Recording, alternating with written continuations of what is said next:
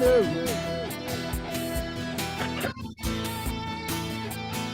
Hypocrisy unfold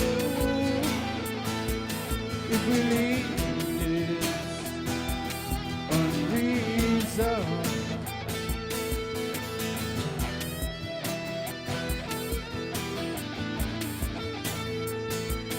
Unresolved.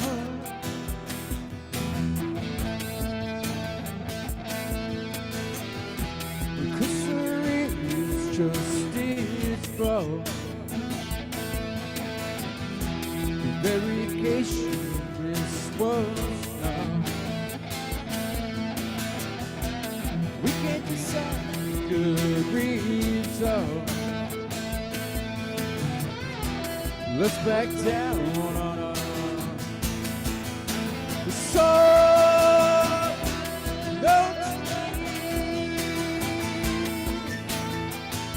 You're not in love.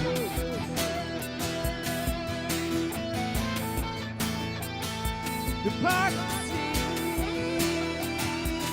not close. If we let this be resolved.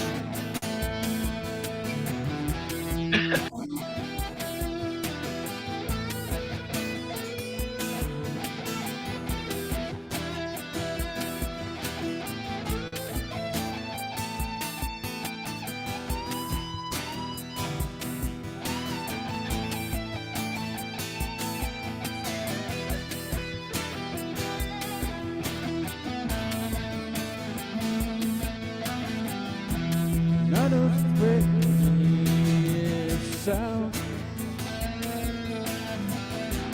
Let's ameliorate the past.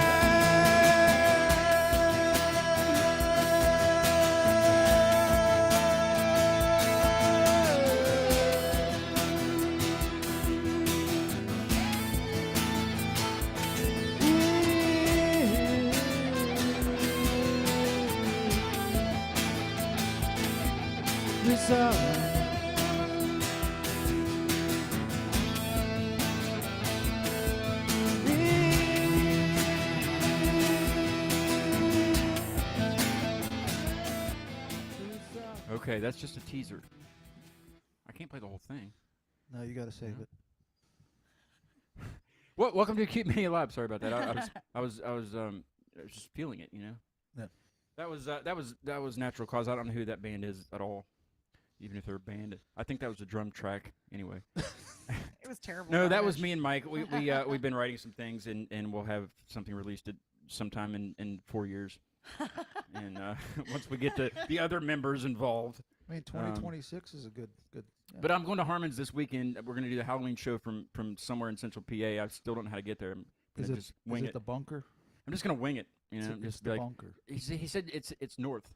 So, Oh. but there's a lot of things north. Like Canada's north, Pittsburgh's north. Anyway, so I'll be going there this weekend. But anyway, welcome to the show. It's show 150. 150. Woo! I can't believe it. I can't believe. Well, I can because it's happening, but I can't believe that I've done that many shows. I couldn't believe it when I had the 2-year show. It was 2 years of it, but like that's a lot of shows. It's an accomplishment, man. It's awesome. It's good.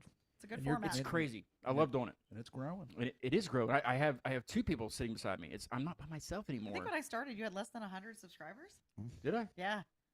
Now you're getting up there. Yeah, because you're making me like totally shit post to try to get people to subscribe. Yes. So. Subscribe. It somehow it helps. works. Somehow it helps me get more subscribers if There you people go. subscribe. Yeah. I think that's how it works. But I have 257. I gained a couple from the show with Off Season the other day. What day was that? I have no idea. Last show. Anyway, Just like 2 days Off ago? Season's from Indiana. They're really cool guys, and we had a great show. Oh yeah. So check that one out when you get a chance. Check out their music. Their music is badass. They're getting ready to put some newer stuff out, but they wouldn't tell me. They wouldn't give me any new stuff. See, that's one of the perks of doing this is I get unreleased music. See, I kind of feel And then I old threatened it to play that, like send it to the radio stations. because I But told I them, don't do it. you know, when I said they sound like "And You Will Know Us by the Trail." Yeah, of yeah, I've Blood," heard of and them. they were like, Yeah. "Ugh." They didn't. Yeah, I know they're young. I felt but old. Like, they're oh, young, they're man. fresh, and they're gonna Well. take the world by storm or Oh, something. hell yeah. Something like Oh, that. yeah. But they're really good, Oh, good yeah. guys. What are you doing over here, Tracy? I am Tracy's answering controlling the the chat. chat. And then, But welcome back, Sean. This is Sean. This is Sean's third time. oh yes, it's my third time. I abandoned you And last time. and I'm it's sorry. the second person I've brought to your show. I know. Who did you bring this That's a time? pretty good I track brought record. Why don't you introduce world-renowned- Mr. Okay, okay, Mr. okay. Yeah. Okay. Go ahead. Go ahead. Introducing world-renowned frill illusionist David Davinci. Hello, David. We are happy to have Yes, happy to be on here. Well, This is I was when I was talking before we went live. This is very awkward because it's not a band. It's not a musician. Oh, he might be a musician. We don't know, but he could probably make a musician disappear. you. He could do a lot of things magically. I hear. Do you Oh. like illusionist? I know it's still illusionist, but you like that illusionist better than magician? It's people always ask, like, what's the difference between a magician and an illusionist? And like, a magician does birthday parties. Other than that, it's like, He's right. Yeah, that's uh, well. Even the one trick that I know wouldn't go over. Oh, he the puts kids would on be like, good. I know how you did that. You know. his show is fantastic. You know, it was a huge draw those 2 years we had you out here in Clarksburg. it's awesome. It was actually growing from year to year. Well, and we're gonna definitely have to plan to come back. You know? Oh yeah. Do you remember what happened when? So we made it out there on. I think the show was on a Friday right after Thanksgiving, and so we roll in after a 12-hour drive, and I think we get in around 6 p.m. Well, Clarksburg, West Virginia, isn't known for their late night events, Yeah. including Denny's. Yeah, I mean- Denny's was closed. Oh, So my family and I, we had a vending machine Thanksgiving dinner, but oh, sorry about totally that. worth it because you guys always, you help us put on a fantastic show out there, and it just made it more memorable. So Definitely, Way more memorable. when you come back out here, I'll definitely get you taken care of with Yes, some for fine sure. dining. How did you? well, it's okay. I mean, it Yeah. could just be like microwave food is better than the vending machine Thanksgiving. So I'm not too picky. Okay. That actually that would be very memorable. You know, like something to tell the children or your grandchildren or something. You can totally make ramen in a coffee pot. I've done it. We do travel with our own like little cook sets now, so that doesn't happen You're again. prepared. Definitely Yeah. prepared. Yeah. So how did you get started on this path? Oh, it's kind of funny. My brother got a magic kit for Christmas one year. He was 7, I was 4, and I stole it. And Wait, And wait, I wait, found- I found out that realistically, my brother was always better at sports than I was because he was 3 years older, and so magic kind of became one of these things where they didn't just go to the sporting event to support the kid that sucked. They're like, oh wow, the magic's kind of good, and there was a moment where it was like, okay, cute trick to like, okay, but seriously, like, how the hell did you do that? And it was a really cool way for me to have my own thing that I could compete in my own category and not have to compare myself to my brother. My dad was a varsity baseball player in high school. My brother was a varsity player, and my grandfather was a musician. And it turned out later, when I got kicked out of the first school, I went to the school that my grandpa actually graduated from. So it turned out to all be for the better. Nice. Did you have to do like I'm sure you performed in front of your parents. Did they like get people from the neighborhood together and said, David will do his magic tonight? Did you have to do that stuff? Yeah, that was back though when they called me Davy, and it was like, he's having a magic Davey. show. Yeah, it was like the early years. We charged a nickel for them to come down into the basement and watch the show, and it was actually kind of cool. I've got this article. I keep glancing over on the floor. I've got a laminated newspaper article from when I was 13. A guy by the name of Doug Clark. He wrote for the Spokesman Review, and he ran a special called Creative 98, and that was I guess I would have been 15 in this point. So he came over and he watched me do a whole show in my basement, and that act ended up being one of my it eventually won me the gold medal for World Championships of Magic, and And it was super cool that he got to see that in the basement, you know, at that, like right with these makeshift stages where we're now charging 25 cents a seat. So yeah. Yeah. How awesome. Did you ever think about doing the what is it, when Penn and Teller had that show, Fool Us? Is that what it was called, or whatever it was? Was Yeah, it Fool? I love how all their shows are like, the acronyms are like FU or Well, I mean, yes or it got big, yeah. I mean, popularity contest. Did you yeah. ever do that and fool them? Do you think you could fool them? You know, it's I don't know that I could fool them. I'm not a magician's magician. It's really interesting, and I'll kind of preface it with this. When people go to a magic show, they want to be entertained, but there's two types of people. They either want to try to figure it out or they want to be fooled. And if I can entertain them, I don't really necessarily care if the people who go to really figure it out, if I don't fool them, but they walk away super entertained, I'm like, hey, that means I did a good job, because pretty much any Google search is going to find you the answer to 90% of the illusions that we do as magicians. Does that ruin it though? Did like the internet ruin it? You know, had the internet ruined it, music for people? But it didn't. You know what I mean? It did. Do you remember the Masked Magician? Yes. Yeah. Yes. He ruined it. Yeah. Yeah, he did. I would say that was kind of the start of it, but that was at a really influential point where it was like, hey, I could decide to, you know, just be super entertaining. And then what if it's something that I do, like metamorphosis is where we change places really quickly. I want to do it faster and better and cleaner than the guy that invented it. If I can do that, cool. I don't care if they know how I did it. They can appreciate that there's skill behind it. And there's a lot of elements of what we do where some people won't know any of it. That's awesome. But then there's going to be some people that know a little bit, but they're like, wow, I can't believe you can do that because I don't know how to do it. And that's really the goal, and to be entertaining. I went and saw what before the Robinson Grand was the Robinson Grand. I mean, well, I know it was a long time ago, but when it was the Rose Garden years ago, before they renovated it, I saw Kreskin there, and that guy is hard. You can't. I don't know. You might be able to figure some things out how he does things, but I mean, I just don't understand. It's amazing, is what it is. Like it's more predictable, like things he predicts. Yeah. Magic he does, and hypnotizing and stuff like that. But it was very interesting to see. You know, I was younger, a lot younger, but you know, it was very entertaining. You know, and he's very quirky on stage. You know, he's funny. Well, one of the things that keeps David's shows really just unique is his birds, the parrots. How people love those. Like, do they talk? Do your birds talk? So they do talk, but really it starts out with a dove act with all these things turn into doves, and then they vanish, they turn into a macaw.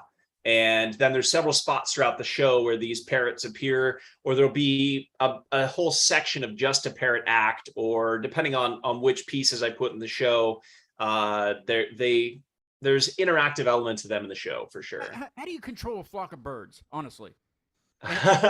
Especially with a bunch of people cheering, you can't be like, "Hey, Billy, come on back, come on!" You know, like how do you? Yeah, how's that controlled? That's crazy. That's one of the big challenges with just the performance in general. And it actually, my wife and I branched off, and we have another company called Bird Tricks, where we train people how to train their parrots, because through putting them in our shows at a level where they have to be 99.9% perfect, we learned all the nuances to make that happen. And lo and behold, through basic trick training, we were able to convey all of those messages to regular owners of pet birds to help them solve their bird from biting, from only liking one person in the family, to screaming their heads off, to plucking.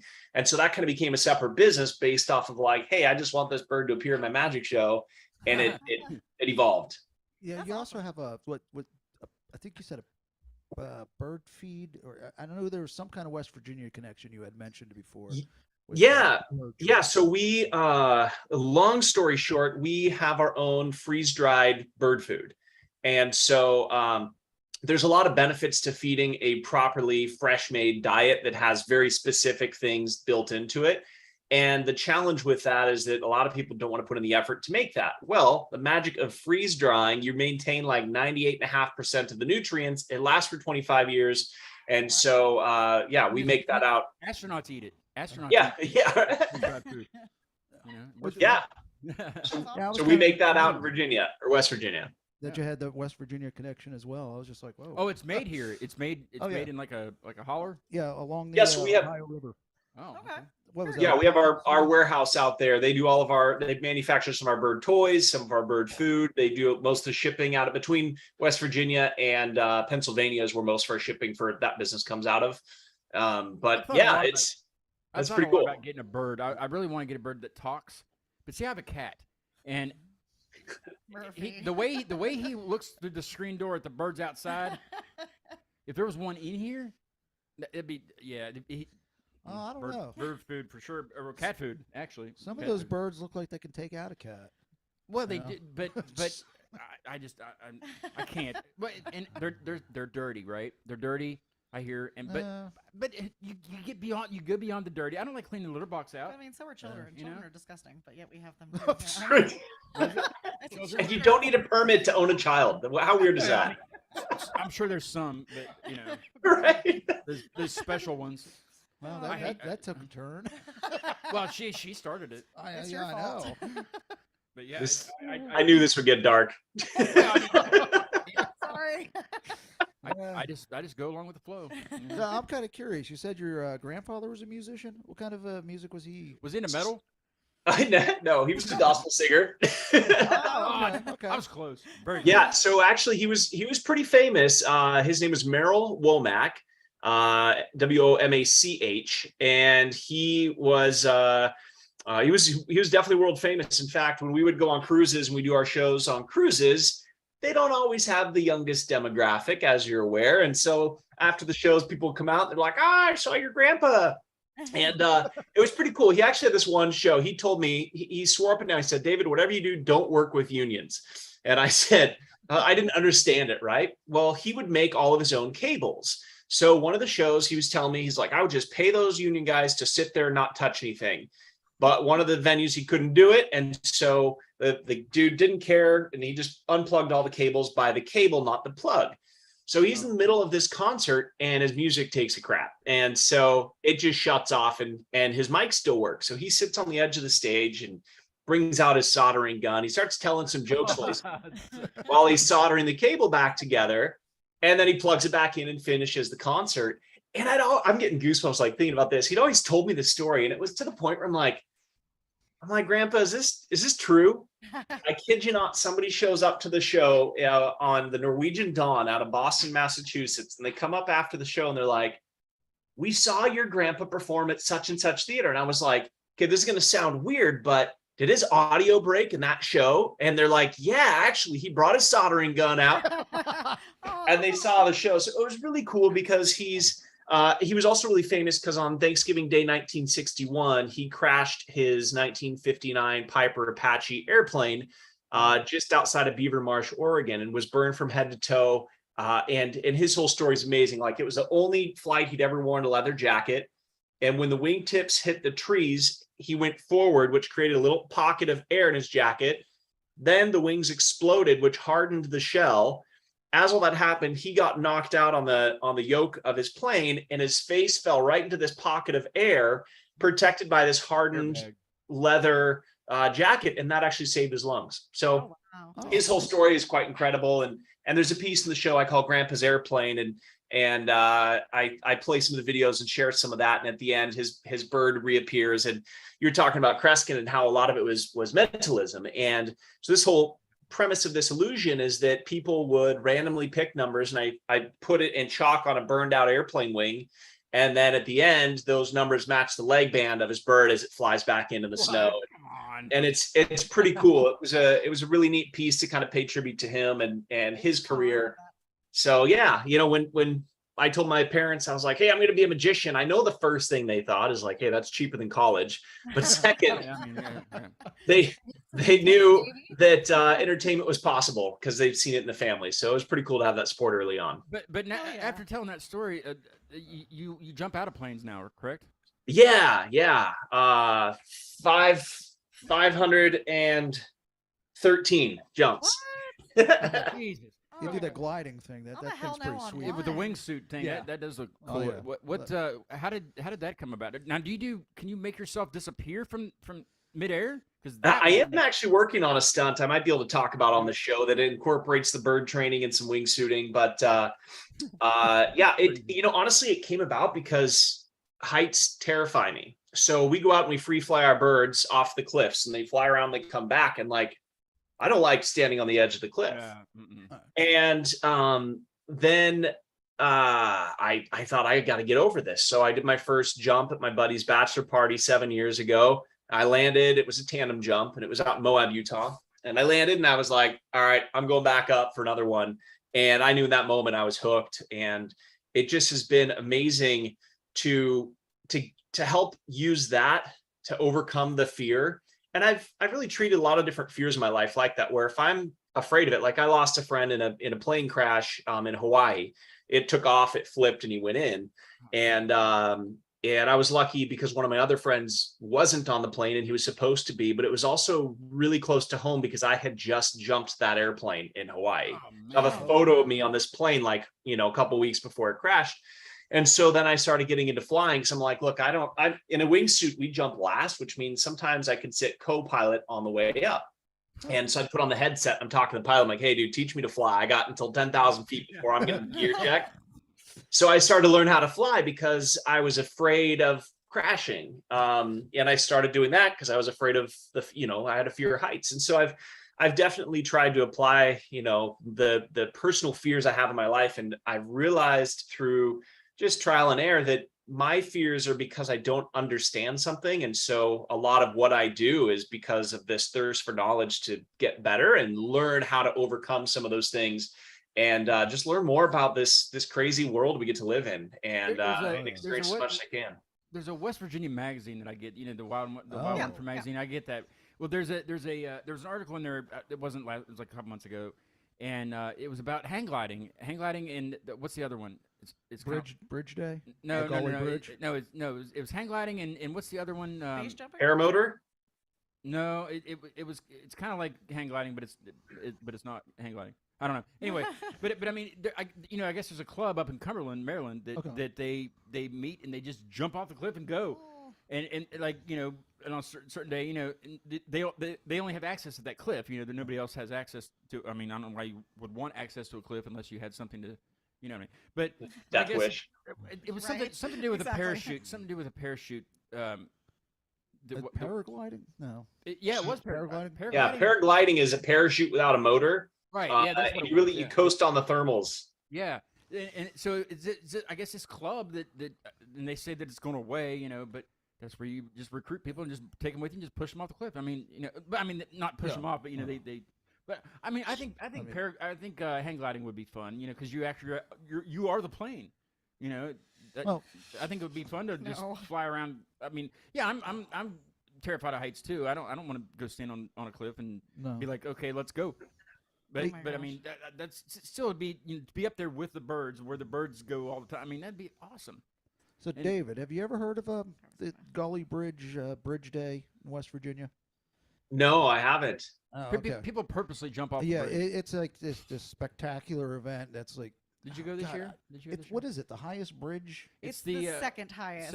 Second longest single arch bridge. Single arch bridge in the Western Hemisphere. Yes. It's a huge thing. I mean, these people, and personally, I think they're crazy for jumping off that thing. Yeah, but they used to bungee jump off of it. Yeah, that's even crazy. They got rid of that, but yeah, they just run and they do jump all off sorts and of parachute things. all the way down. Well, but now they have the bridge walk where you can actually walk underneath. There's that walkway for the workers, but you actually walk in a line. Yeah, you're tethered and walking a line. I don't want to do that either. No, that's crazy. Well, I mean, like the New River Gorge just became National Park. America's newest national park. It's a stunning area. It usually draws thousands for Bridge Day. For year, whitewater rafting. Mainly. This year it was like 70,000 people that attended, and I think it was like 600-700 people that jumped, and it's like I drove through there the Friday. It was on a Saturday. I drove through there Friday on my way to Charlotte a couple weeks ago. People are camping out already. I mean, there was like 80 porta potties in the medians. It's and beautiful like they scenery. shut the whole bridge down. It's crazy. Like looks like LA. Yeah. So Dave, Tents and porta potties everywhere. It's great. We have some fan support on the chat. Henry Rivera said, "Davinci is the man. Best show." Henry. Yeah. Henry came out. This is really cool. We needed help in a show in Florida. And if I recall, Henry lives near Tampa. And he drove up, and I think we were in Sebastian. And he came up and helped me backstage. And Henry's a very good magician as well, and super cool. So thanks, Henry, for jumping in.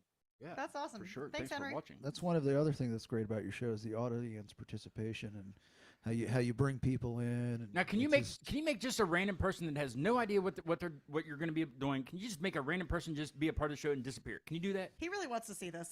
I need There's a way to achieve almost anything you set out to create. So I would say Copperfield had a great piece in his show where he would make somebody disappear that was unsuspecting, and actually had a friend who was part of that act, and I think he called it 13, and they appear in the audience, and even one of my friends who's a magician was like, honestly, Dave, I don't know what happened, and I'm like, that's cool. That's cool. So yeah. so is it common? Not at all, but there's definitely, if you have a way or a desire to do it, you can 100% create the ways to make it happen. Now, what about like back to when you first started? Was it like card tricks? Did that just bore you, and you were just like, you know what, I'll make the card deck disappear, just illusions out the ass. You know what I mean? Like, was it like that, or were you just bored with that kind of stuff? What everybody else was doing? I've always wanted to push the limits, right? So I did start with card tricks, and I worked when I was 15 years old as a magician. I worked at a birthday party event, and my mom was driving me home. I'm like, Mom, let's go by Red Robin. I want to do magic. And she's like, what? I'm like, I had a resume and a portfolio and all these things. And so I walked in, and she hadn't even parked the car yet. And I go up to the manager and I was like, hey, are you Jonathan? He's like, yeah. I'm like, I'm your new magician. He's like, we don't have a magician. I'm like, I'll tell you what, I'll start Friday. I'll do 2 hours Friday and Saturday for free. If you like it, I'll come back and I'll do it every weekend. So my mom finished parking the car, and I walked out with a job that I did for 2.5, 3 years. And that funded me being able to do the larger and larger and larger illusions until my first goal was to, kind of put most of the close-up magic aside and have everything in cases, which is a big deal because sometimes the cases cost 3 times what the illusion costs, and be able to tour on cruise ships right out of high school. And so I achieved that goal. And it was largely because it started with, a deck of playing cards. So now, have you been able to sit down with like Copperfield and David Blaine and what's it, Lance Burton? Chris Angel. I do have the Chris Angel pack in the closet. He wasn't I have very it in the closet. nice. But have you been able to sit down with him? What is it? I met him in Vegas. that's funny. That's the first time I've heard that again. Again.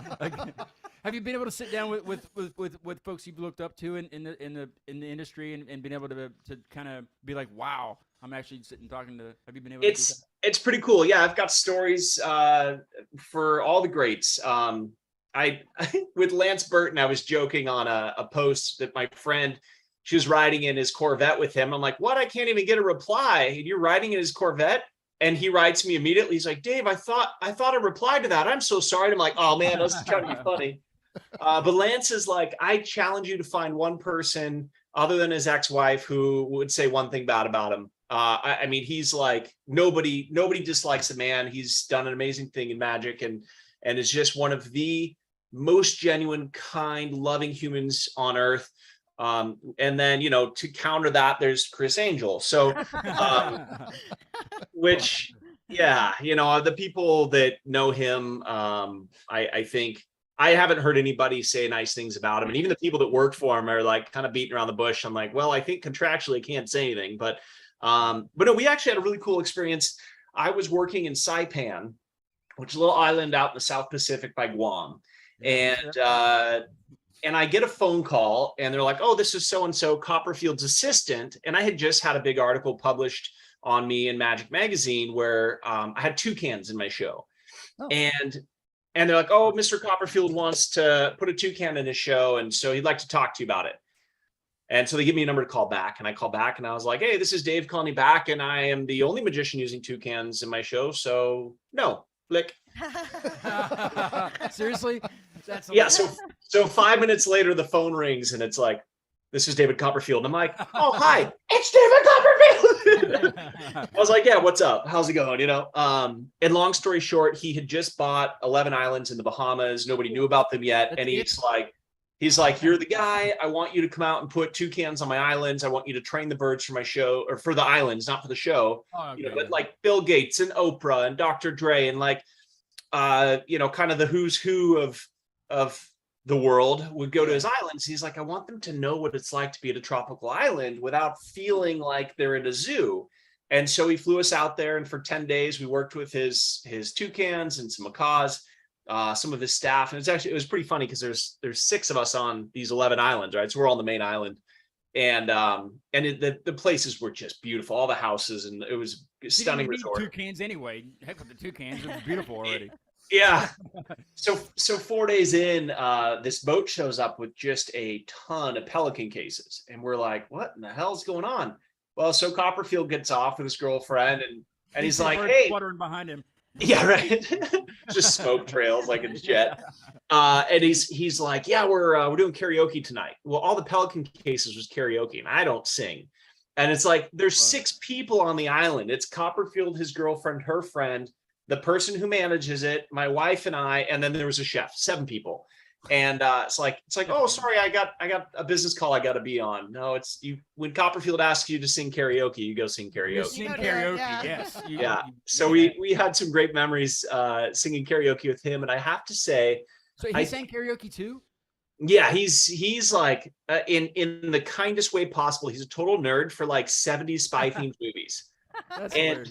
and I've got this theory of like something in his life was super impactful that in the late 70s or whatever genre, he just like dove in to these movies because he knew every word from every like old spy movie. And you guys, like, he came alive in that environment. The fluttering bird behind Yeah, him, no, smoke and everything. there's like the Copperfield that you see that's a carefully crafted persona, and on and off stage he's still that carefully crafted persona because somebody's always watching. Oh, when you're doing karaoke, nobody's watching, and it was just fun to see like him just let go and just really have fun. It was magical, right? Himself. It really was. So that was super cool. And my dad and I, one of my last big outings with my dad before he passed is we got invited to go down to Vegas and see Copperfield's show. And so it's just my wife and I and my dad, and his crew comes out and he's like, hey, yep. It's for the box office. We can't get the ticket that Copperfield had put in. We're like, oh, he said they're under our name. And anyway, so he sends a guy out, and we're kind of thinking like, who are we? You know, we're probably not on the list or whatever. He's like, oh, follow me. They must have messed something up. And he brings us into the theater. It's this pretty massive theater. And we're walking in at the MGM, and it's closer and closer. He's like, I'm sorry about the tickets. I can't get any closer. And we're like, no problem. And then we sit down, and there's a little reserved thing on the table where we're leaning on the stage. And he looks at us. He's like, if we got any closer, you'd be on the stage. Enjoy the show. And Copperfield makes this car appear, and he looks down at my dad, and my dad's jaw's on the table, and Copperfield he just looks out and he's like, and so my dad's like, oh crap, yeah. Just shocked. So yeah, it's been really cool to kind of meet the who's who of the magic industry and be able to offer something that they wanted and be able to genuinely hang out with them. But then there's the other ones that are a little less known, like Greg Fruin. He was on a magic show in 1994 called World's Greatest Magic. And for 5 years, this came out every Wednesday before Thanksgiving. And it was a 2-hour special back when we had to put the VHS tape in, hit record. And like, I'd wear these tapes out, learning how to do it, just watching over and over. And this guy really got me into magic. And I sold my pet turtle to get some doves that year. And that was when I was at a young enough age to be like truly inspired to go out and just create magic. And so later on, I got to fill in for Greg Fruin, and he's built most of the illusions in my show. And he has his own venue up in Niagara Falls, Canada. So I'd go up and I would literally, he's like, here's the tiger, here's the illusions, like, go do it. And it was super memorable and cool. And to kind of go full circle with somebody that I looked up to more than Copperfield, and this guy can call him up anytime, and he's my friend. So yeah, it's a pretty neat industry to be in. What about, since you mentioned tigers, who I'm going to have to ask about now? Siegfried and Roy? Yeah. Any experience with meeting them before they got attacked?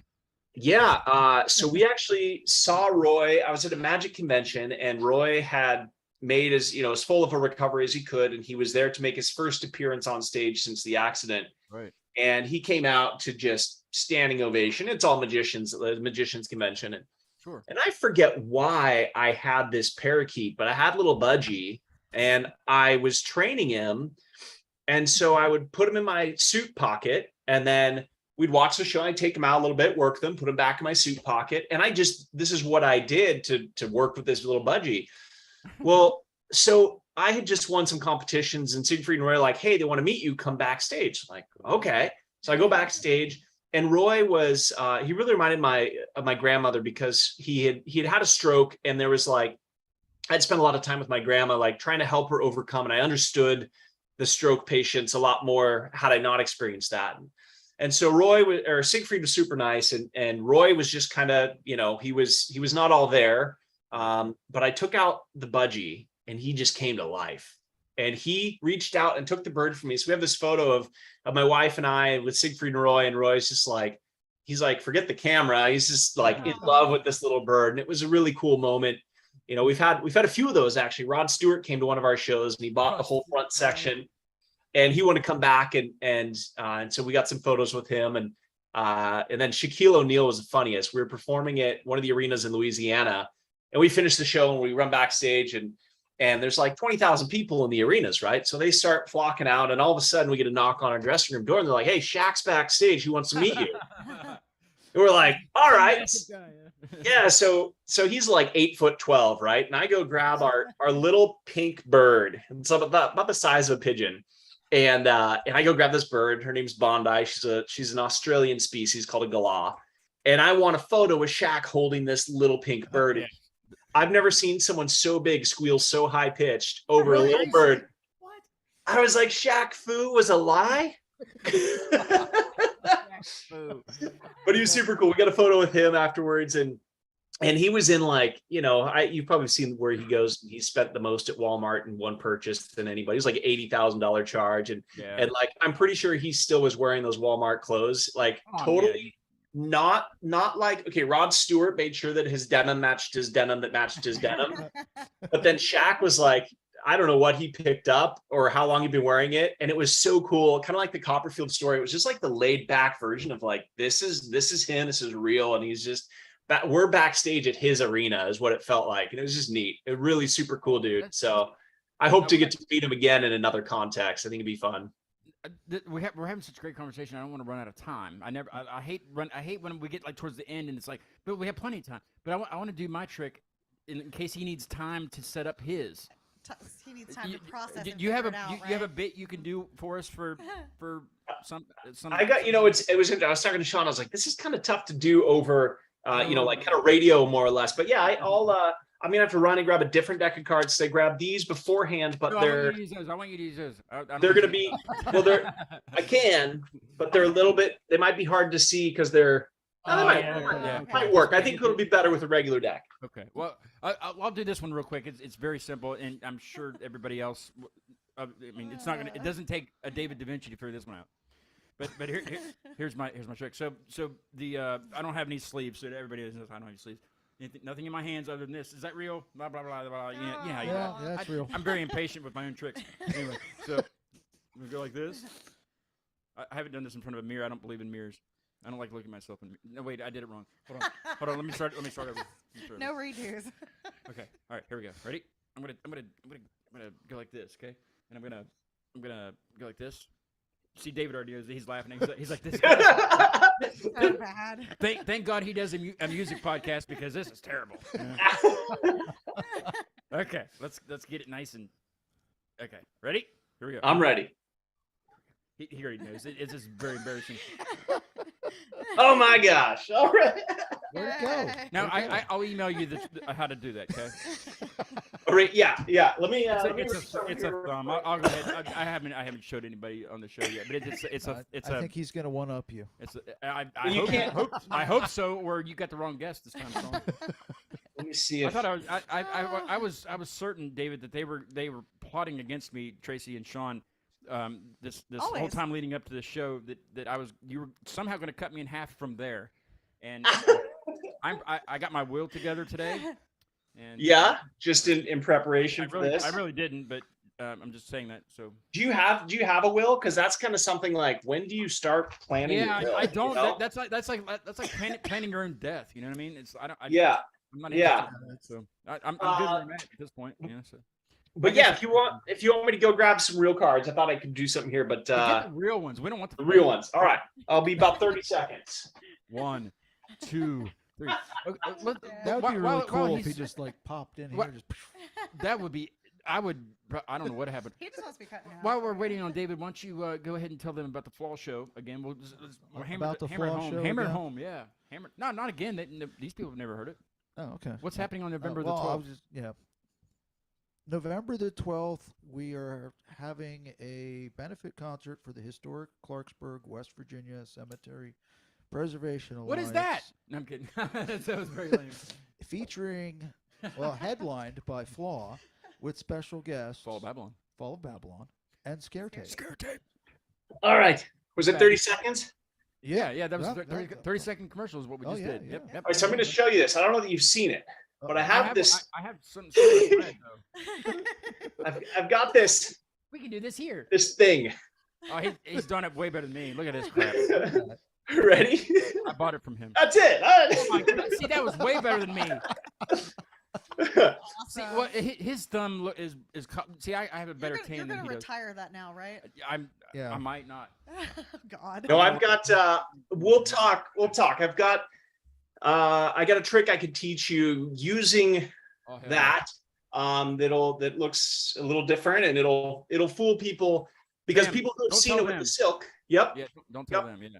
Exactly. People that have seen it with the silk will I be think Mike amazed. knows one that has to do with a cigarette where it looks like he's burning his finger or You should something. have just pulled Murphy out of a hat. I can't. you know? He's massive. I can't do that. I don't know if I've got I don't have the table space for this, but What are all those? What's all that machinery behind you? machinery. This. No, This is- I see a piece of. They call it machinery. I guess it's got machine in it. Machine oh, gun. oh, The it's- machine gun. Oh, it's not airsoft. If that's what you're asking, I mean, yeah. I don't know. it's my Idaho showing. Is that where you are in Idaho? Yeah. I've never, Oh, okay, never okay. been. Never been. I hear they have very good potatoes. That's what I hear. And machinery. Anyway, back to the magic. Yeah. Okay. How am I going to be able to do this where I don't know. can? Would you like some music or anything? Yeah. What do you like? Like metal or? It's that Barbie song from the '90s. Really? Oh, No. Barbie girl? Not really. Okay, all right. I was gonna say I don't have it, but I can get it. I mean, You Was said that like the one anything I you, wanted. you sang karaoke to? yeah, what's the one you sang karaoke to? That'd be perfect for this. I honestly have no idea. I Mine- never heard those songs before, and I've never heard them since. So How about like tech? I think techno goes with magic. That's what like a. I don't know. Maybe not. was No? that techno? I don't know what that was, honestly. Like when you yeah. use He's making fun music of you. in your I magic do. show. I mean, he gets, I he use gets- a little pendulum. I don't know if you listen to pendulum. That kind of crosses like techno and maybe a little dubstep. Oh, okay. But yeah, let me you grab have dubstep. Dubstep. I do. let me dub. grab one of these tables here. Do that while I get some dub. Petulant. Yeah, pendulum. Oh, there we go. This will work. Okay, so Hold on, I got to get pendulum. Hold on, don't start yet. Possible. yeah, but well, you know, here we go. as well as the you Lego can. shot. Is that okay? oh, there you go.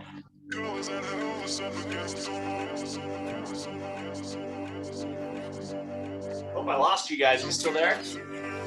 Yep, we're here. All I'm right. just giving you full screen. All right, this is just a riffle shuffle. This is just called showing off. Oh, turn my music down. Okay. All right, Go so this will have to be slightly interactive to be able to make this work. So I want you to go ahead and say stop anytime. Stop anytime. All right, smart ass. All right, so that's going to be your card. All right. Got it. Okay. If I was- All right. Okay, yeah, just say it out loud. That's perfect. All right. I didn't say it out loud. I didn't Yeah, say it. yeah, I you didn't. did. I didn't fully okay, say it. okay, okay. That's all right. We'll show it to you right here one more He already time. knows what it is. He already knows what it is. Come on. All right. Watch closely as it goes back into the middle of the deck. All right. Now, we'll take 4 random cards from the top with the 9 of spades. Okay. 6 of clubs, 4 of clubs, and 8 of hearts. I'm gonna run my fingers across, just say stop anytime. Stop. Stop. Anytime. Anytime. All right.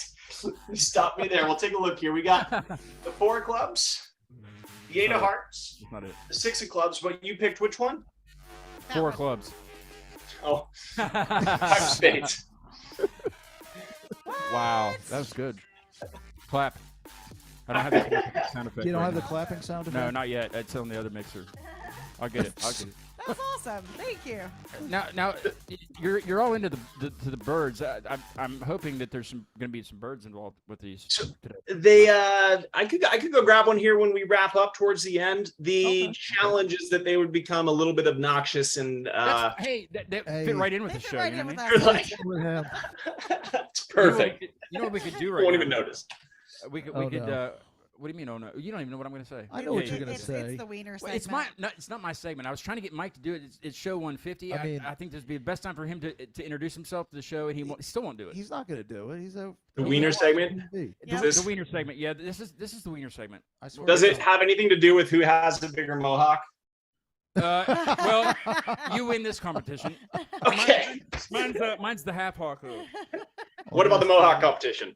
Oh, So yeah, so yeah. my buddy Mike, he stays with me, and he will drive thousands and thousands of miles just to try somebody's hot dog. And this is not a sexual thing, so just get that out of your mind right now.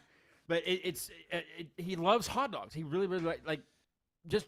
He will make a day out of eating, like he will eat hot dogs for breakfast from somewhere, and then he will go to a different place to I eat for lunch. respect that passion. So yeah. I don't know. I mean, it's crazy. I think I already know which hot dog is in the lead, though.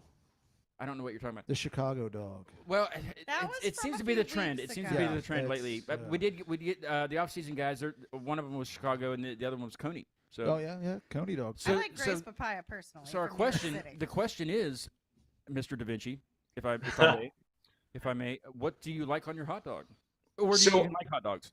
So I actually I performed in the Coney Island hot dog.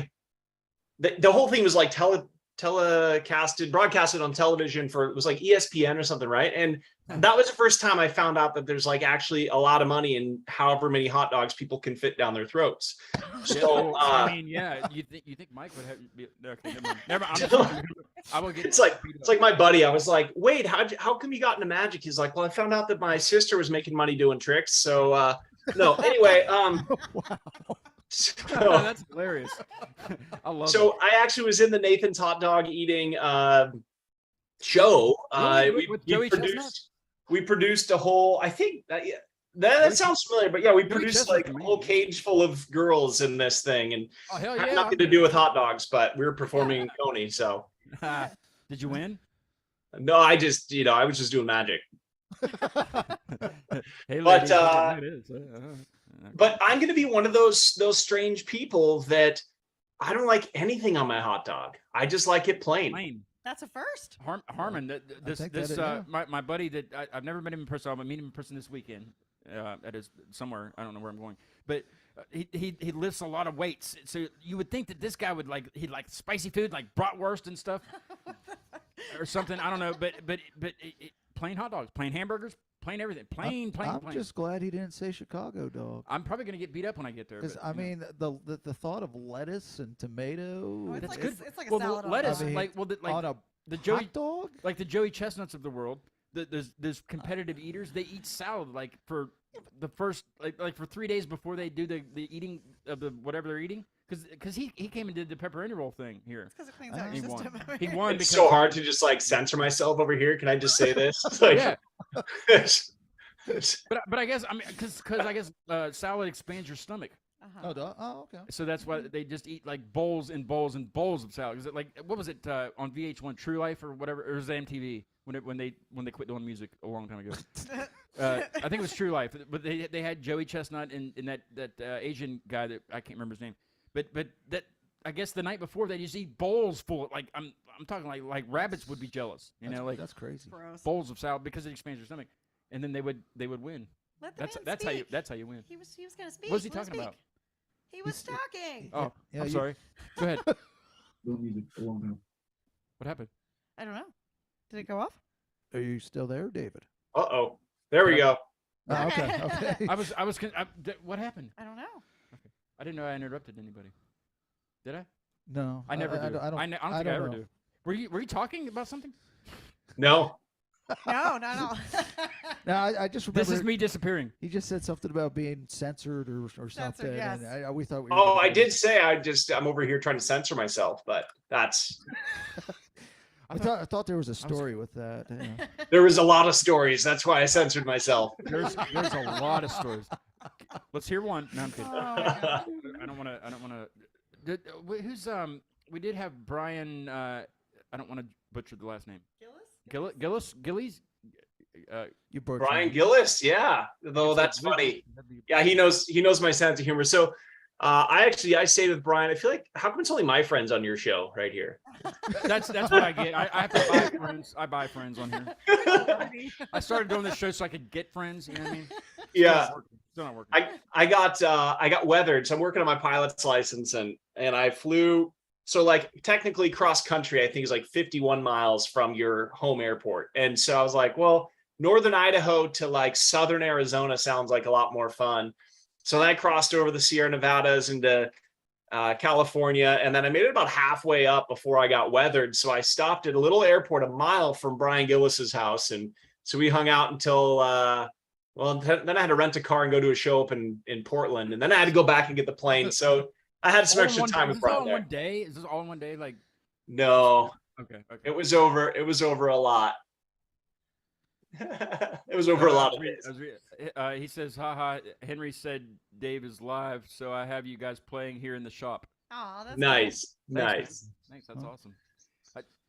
Ouch.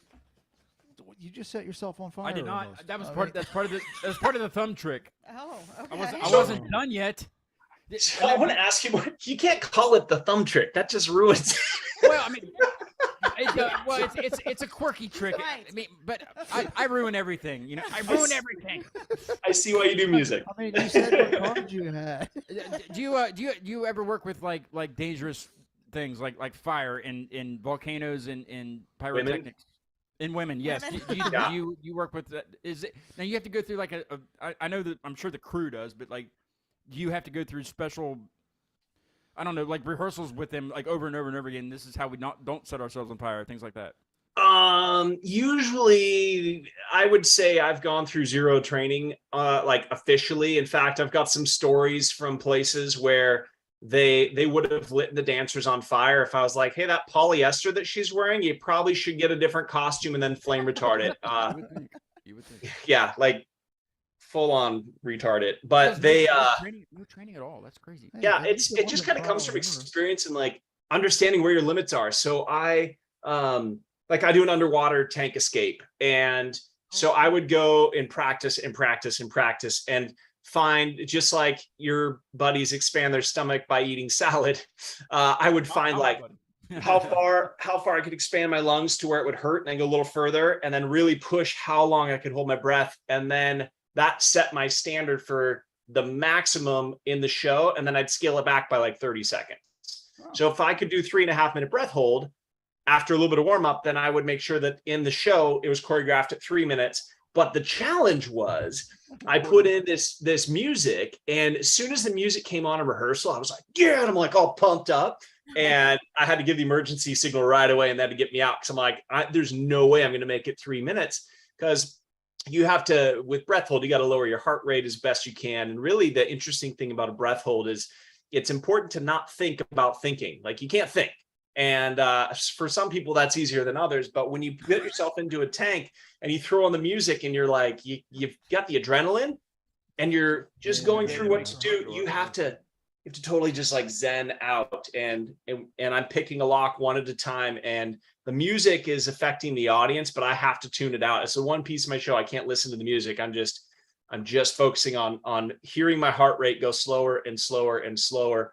And I can get it down to like mid to low 40s as I'm picking the locks. So in a show environment, which is what is the record, I guess, for holding one's breath underwater?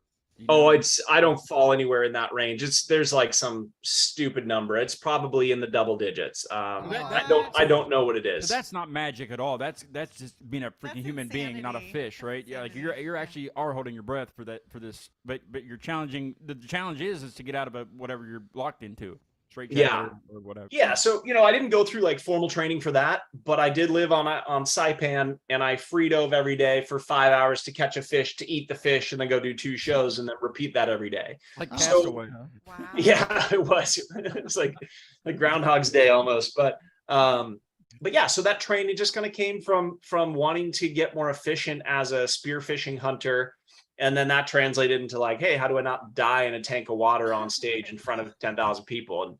And I figured it out. But it's like, I think that's one of the things that's most misunderstood about anybody you put in a successful category is people often think like, what school did you go to? Or, where did you learn this? And I would say that like some of the best musicians, some of the best magicians, some of the best free divers, they find individual coaches to help them get there.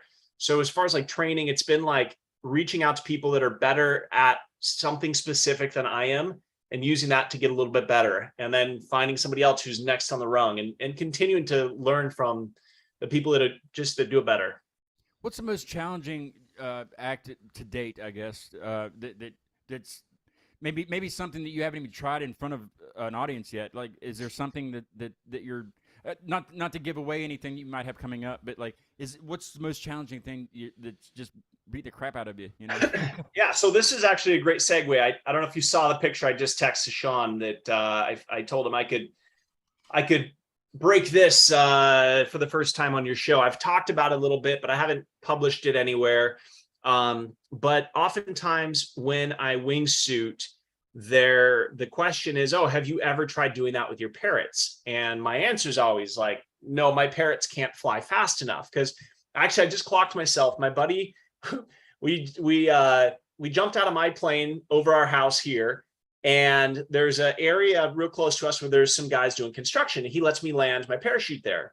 So the whole neighborhood comes over. I'm like, all right, watch for the green parachute. You're going to see him at 7,000 feet, and then don't take your eyes off of him.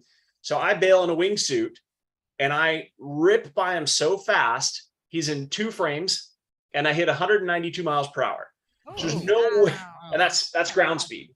So there's no way that my parrots are going to catch me. So that naturally transitioned into where I'm going to jump from a hot air balloon at 10,000 feet above the ground in a wingsuit.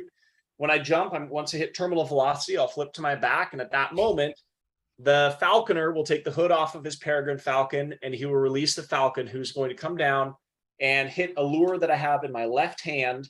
And at the same time, another one of my buddies is going to jump with the falcon. And we have 10 different days planned for this stunt.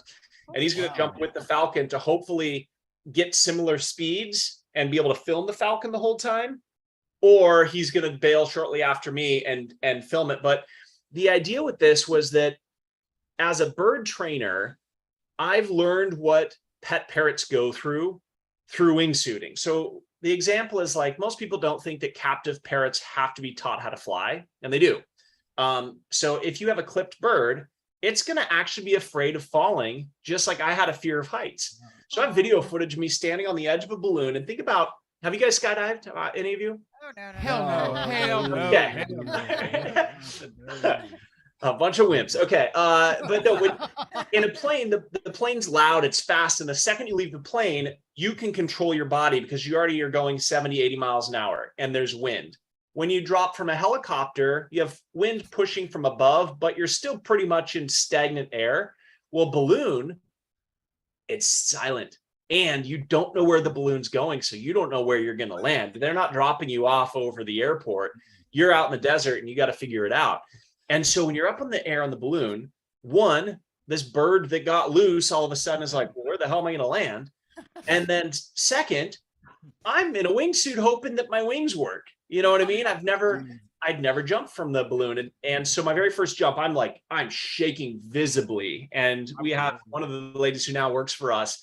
was in the balloon. She's like, Dave, and she's terrified of heights to begin with. And like her going in the balloon is a big step. And she's like, Dave, you're shaking. And I'm like, I know. So I know what the birds go through when a clipped bird is learning to fly. And then you fast forward a couple, probably 100 jumps later in wingsuiting. I got into a little bit bigger suit. I got a little bit better. And I'm flying, and now I'm flying with people. And it's not super easy to wingsuit. Like, yeah, okay, you can kind of fly, but if you want to fly with somebody, there's a long learning curve. I got 225 wingsuit jumps, and I still have a lot further to go to get like proficient. And so when I'm flying next to other people, if they come over and they bump your wing, well, we're typically doing about 120, 140 mile an hour forward speed. And if they bump your wing at 120 miles an hour, you just fall out of the sky. Oh. And so now I'm like, okay, well, so these birds that know how to fly but haven't flown in a flock, there's a whole different thing they got to think about. And so with this stunt, I had realized that, to my knowledge, no human has ever laid on their back and been the prey. And I get to experience what that's going to look like from a falcon diving at me 220 miles an hour to hit a lure in my left hand. So I'm super stoked about it. I've been training for it. And it's sponsored by First Form. I text him, a guy named Andy Frisella. I text him the night that I had decided to do this. And he's like, okay, but we're going to get you new wingsuits. So the wingsuit's coming. The training has started. I've been working on more of the back flying because that's going to be the big thing. So, I guess kind of long way about what's the hardest thing you've worked on. Overcoming the fear to fly in a wingsuit from a balloon with wings that I don't know if they're going to work, turn to my back and hope the falcon doesn't take my hand too. Like, So that's just the new will journey. this be streamed, like live streamed, or will this be on TV? So we have a few plans with it. It won't be live streamed just because it's going to be at like sunrise every morning for 10 days. We get one chance at it every day. And then I'll go to the other drop zone and do 2, 3, 4, maybe 5 jumps and just keep practicing, and then go the next morning. But we will be filming every single one of these. And once we have the final version done, I'm thinking around the 4th of February, I'll be able to then release this to the world. And hopefully it'll be a world's first of flying in a wingsuit with a falcon. And the picture I sent you guys is kind of what I picture my buddy getting, that shot of me with just interacting with the falcon. And if we get it on like the 5th try and we still have 5 more jumps, then I'm going to try to screw up the falcon and try to get away from it. And so as it comes close, I'm going to flip over, and then I'm going to dive down, and I'll try to. Falcon's going to hate you. I'll try to put it into a chase. Very cool. Falcon doesn't know what he's in for. You know what I mean? Well, this is definitely. Has anybody talked to the falcon about what he's in for? I mean, I don't think. Well, so that's the other thing is the falcon we picked. The specific type of falcon, if they miss, they try harder. Where there's another type that we had looked into for a lot of reasons I won't get into here, but if they miss, they have a tendency to like ease up and like not try as hard. Wow. And so it's pretty important because there's a lot going on. I have to pull my parachute at the right. There's a lot to deploy a wingsuit. You actually have to go up, and right as you hit roughly a stall, you deploy a little like hacky sack that has a small parachute on it, and that fills with air and pulls your main out. But if you do it wrong, you end up in line twists and you have to cut away to your reserve. And so like all these things lot to keep in mind to stay alive. You know what I mean? Yeah. I can barely do this and keep my train of thought, let alone pull a hacky sack and to make sure I stay. This definitely takes into consideration the thrill in the thrill. Yeah, the thrill illusionist. Yeah. And it's not really illusion more than it's the thrill of. He's thrilled. He's thrilled. I can't even talk. I mean, I couldn't imagine trying that trick. Do you have any bird magic you want to do before we start to wrap up the show tonight? I don't have any bird magic that I would do right now, but if you want, I can go grab one of the birds and let's meet one of them. Okay, it's gonna be another 30 seconds. Oh, that's fine. Go ahead and finish the flaw ad. I already finished the flaw ad. I was going to push David Davinci sometime in 2023. He'll be. We're aiming for September 9th. That is the date that we have in mind. Maybe when he's here, we can all participate in something, and do the show live from wherever he definitely a vending machine area. He keeps his shows fresh. Well, I want to see him do this thing in the new stuff that he's working on. He's going to do this over Clarksburg with the falcon. I don't even think we have falcons, do we? I have no We have crows. We have we have pigeons. Pigeons. Yeah. All right. Okay, he's back. Aw. Hello. So this is Bondi. She is Hello. a galah, or also known as a rose-breasted cockatoo. And so, kind of tongue-in-cheek, her name is Bondi because in Australia, Bondi Beach used to be a topless beach. They are Oh, from hell yeah. Australia, hence the rose-breasted Bondi. So You got the most same people don't get it. hairstyle, Scott. We do have the. I mean, I see You got where he the- gets you- his. you got- Yeah. No, you got the same hairstyle. You got that like little bit there. Will you rock out? Rock out. What do you, you're like looking at this computer like something's wrong with it. Who are these crazy people? She's hey, ready? I Rock heard this. out. Oh, Hello. oh, Hello. how cute! Oh my God. Now she's rocking out the Aw, flaw. That's amazing. Yeah, that's all. So, will these come with you in next September when you come to Clarksburg? Yeah, so we have the show's changing all the time, but we bring birds. I will definitely have my bird act, which is going to be primarily doves, and I will definitely have some parrots in the show. So it's just going to depend It's like, on. Doves, I'm not going with you. I'm not going with you on this. Yeah, but we'll have. She'll probably be in the show, and then we have some macaws, some of the larger parrots that'll be in the show as well. So Hell yeah. yeah, To a venue. Yeah. right. We'll do it right here in the studio, Okay. right here. I don't know if you can. House Oh, I 5 can. to I can. 600 I will talk to the people. HOA and be like, listen, because they're like the same age as the people on the cruise, so it'll gotta talk to them. It'll be all right. It'll be good. What do you have coming up? With hearing aids, that's how. Okay. Are you touring? Do you tour all the time, or what do you have coming up that people? Yeah, our November schedule I won't show publicly, but I'm home 3 days. So yeah, we have a combination of stuff that we're doing with parrots that we're touring with all the time. We have stuff with Magic that we're touring for. The Magic's been less and less because as we had to shift to online in 2020, all of our focus went into really pushing our bird training business, which is Bird Tricks. And our YouTube channel, we're up to 339,000 subscribers, I think. So we're I don't really, have that many.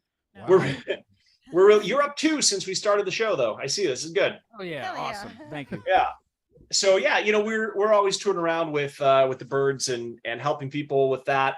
And then when we can do the shows, we're mixing those into the tour schedule as well. So lots of travel coming up. We'll be in Atlanta next weekend. We're in Seattle this weekend. Then we're going to parts of Florida. And then we're going to be in Evansville, Indiana. We've got about a dozen shows there at the Ford Center, I think, over Thanksgiving. So maybe another chance for my vending machine dinner, but we'll see. But yeah, that'll be Evansville, Indiana. And then it's a 3-day drive home, putting us back home on November 30th. So it's going to be pretty wild. This is why nobody actually knows where I live, because there's my schedule. You get sick of being on the road. I mean, I know that's probably a general question that you're probably asked it quite a bit, but I mean, any musician I know that, that I talk to quite a bit, I ask them the same thing. You get sick of it? Yeah, yes and no. I think it varies. Like if it was just me, yeah. But it's usually my wife and our daughter. She's 9, and she gets to travel with us. She does great. Actually, this is more or less her bird. She's really good at the birds, and she just recently has gotten better with the macaws, and so she's doing the flight training with the macaws, and so we're able to have the family dynamic. And even when she was younger, we raised her on a cruise ship for the first 4 years of her life. So we were really careful. It was like, hey, we're going to the house for a couple of weeks. It was ever home, like the ship was home, and with all that travel, I actually found that being home was harder because. Like I think I was home for 6 months before I finally put my overnight kit away. It's like I have like the mini travel tubes. I get like the full toothbrush, the full tube of toothpaste, and we got so used to just kind of living out of our suitcase that being home was the harder transition. But as I'm getting older, for sure, being on the road is less glamorous. But I prioritize things more like only driving 12 hours a day instead of 18. Right. Finding hotels that have a pool and maybe a little mini suite, vending machine. So, yeah, but you guys get it, right? I mean, traveling can be a lot of fun, and we just started to prioritize more instead of burning the can at both ends. Like if we're going to be in Florida, we're going to take a day or two, and like, I'll probably go skydive in either Sebastian or DeLand for a full day. And then we'll probably, go out on a boat or go to a water park or something. And we really prioritize that. And that's honestly kept being on the road a lot more refreshing, because when we toured for 2 years straight, with our arena show, we didn't have a day off. You know, it was like some days we'd finish the show, we'd start driving, and we'd finish driving Monday, and then Tuesday we'd be up at 3:30 a.m. for a 5 a.m. TV spot, and then we'd do 12 shows. And you know, it was like that got to be a lot. And so I've learned from some of those. Yeah. I mean, I definitely recommend that. Like, you would check out the Golly Bridge Day thing. Just, They have just a look it vending up, machine. and you know, if Yeah. you might. No, it's not Golly Bridge. It's New River Gorge Bridge. Oh, I'm sorry, New River. Golly Bridge is very. The water's very shallow. I hear. It is. It is. Well, I The thought it bridge was the is same low. bridge, though. No. It's the same river. Oh, Or it's okay. the My back- bad. The Golly River flows. Yeah, don't go to into there. don't go to Golly Oh, Bridge and my do that. bad, I don't even my think bad. there is a Golly. There I is don't a know. Golly Bridge. Whatever that bridge is, okay. They have vending There's- machines. I know that. There's a lot of base jumping in southern Idaho. Everybody just calls it the bridge, but it's one of those that's like, it's legal. And so a lot of people go and they teach how to base jump there. And it's, you know, in terms of being safer, that's kind of the way to do it, because, you know, if you look at base jumping, if you jump off a cliff and your parachute opens 180, you hit the cliff. Oh, If that happens under a bridge, you just go under the bridge and you turn it, and you know what I mean? Like, it's not really a big deal. The water, I think, gives a false sense of I'm gonna dream safety, about but this crap tonight. Yeah. You know those dreams that you have, you really don't remember them, but you're sleeping and then all of a sudden you're like falling from something. It's gonna be like this for like the next 4 nights for me, man. You've scarred Hello. us. Hi. How are you? Hello. Hello. so you don't remember, but you actually met this gentleman over here when we did a show in West Virginia. I think we turned the what, dove into you 3 years ago. in that show. I think you would have been cool. about the right age for that. Do you remember? So No. Good show. you want to take her for me? Put her back. It's definitely one of the more memorable shows from the Robinson This Grant. is fine. 'Cause I've spoken to a few people, and they're like definitely say that the David Davinci show Yeah. is something they definitely remember. Heck yeah. Hell yeah. Well, we Well, look that's forward awesome. to having you next year. Come back on the show leading up to that, especially for your stuff you have coming up. I'd love to have you back on the show and Get a recap. and Yeah, talk more let's- and more and more Let's stuff. put it on a calendar for you know, use Valentine's Day as the mental note there to get back in touch. But as you start thinking about Valentine's Day, I'll be wrapping up that stunt. So you can also follow me on Instagram at Thrillusionist. I know you guys saw some of the stuff I tagged you in, and you'll see more as the story comes out and I'm telling the rest of the world about what I'm doing. I'll be posting it there, and definitely feel free to reach out, or Sean can reach out to me directly, and we'll make this happen, because I'd love to be back on. You guys Look are forward to it. Yeah. definitely did not disappoint. I want to get together with you when you're here and make me disappear, cut me in half, something when you're in Clarksburg. We'll Do make the time. thumb trick. we will yes, we will do it. We'll cut my thumb off or something. We will. So I'd never do that trick ever again. We'll do something when you're in town, Please and make that we'll live happen. stream a show from wherever you are. But I'll make sure it's beside a vending machine. We'll get everything set up. Oh man. And we'll cater from the vending machine. I don't know, but thank thank you you, so David. much, David, for coming on. It's been great meeting you and talking about magic and seeing a little bit also. It's That's definitely- been my pleasure, and I appreciate, you know, that it's I don't do music, but I appreciate that you're broadening the show to fit Sure, my yeah. little niche over here. It's pretty fun. You This got was music awesome. involved. you Yes. know? Yeah. You Yeah, got a this is true. connection with your grandfather. It's all, Yeah, you know? yeah. There's always a music connection somewhere. It's like that There you 6 go. degrees of Kevin Bacon thing. And it was episode 150. Thank you for making it very memorable. Hell yeah. Very It's my pleasure. Well, I appreciate it, guys. Coming up on the show, I have Halloween at Harmon's this weekend on Saturday night, 9:15 ish. I'm gonna take the fog machine. I might take the thumb. I don't know. We'll see. Come on. We're gonna do something special for Halloween Please because I cut loved on his finger Halloween on the off. show. But Halloween at Harmon's on Saturday, and then the next show I have scheduled is November 8th with Diamonds to Dust, a very very good band, out of the New York area. And then you got your co-hosting gig. Well, Yeah, actually yeah, it's for emceeing fall, yeah. November 12th. Yep. You know what we should do? We should do a little collaboration. In fact, I would love to get like a. Have you heard "Stabbing Westward, Save Yourself"? Oh Yeah. yeah. Oh yeah. So I tagged you guys in that. I want a song like that that's 60 seconds to pitch this stunt when it comes out. So it might end up being pretty famous. And if you want to do a Stabbing Westward style mix for me, you'd get tagged in all the adventures. Sounds So Oh. accepted. Hell yeah. yeah, it'd be fun. Sounds accepted. I will get something. I do some electronics also, so I will see what I can come up with, and Very we'll cool. see. That's awesome. Thank you very much for that. Sweet. That could be a fun thing. Yes, for sure. Bye, Birdie. What's his name? Bondi. Bonsai. Bondi. Bonsai. Bondi. Bondi. I want to say bonsai, but that's a Bye. tree. Bondi. Bye. Nice seeing you. To play us out of the show tonight is a band called Lawns. They just started following me on Instagram. They're from Berlin. I'm gonna hit them up and see if they would like to come on the show. I love doing bands from foreign lands. You know, I've had several on, and they're really cool. David, thank you again for being on. It's Thank been a you. lot Thank of you, fun. David. Crap load of My fun. pleasure. We'll catch up with you again soon. All righty. Okay. All right. Have You a good All right. Take care. Let's see, I gotta pull this up. There it is. Okay, here's Lawns with Contagious, and I'll see you Saturday from somewhere in Central PA at Harmon's. Have a good night. Bye. I gotta turn it up.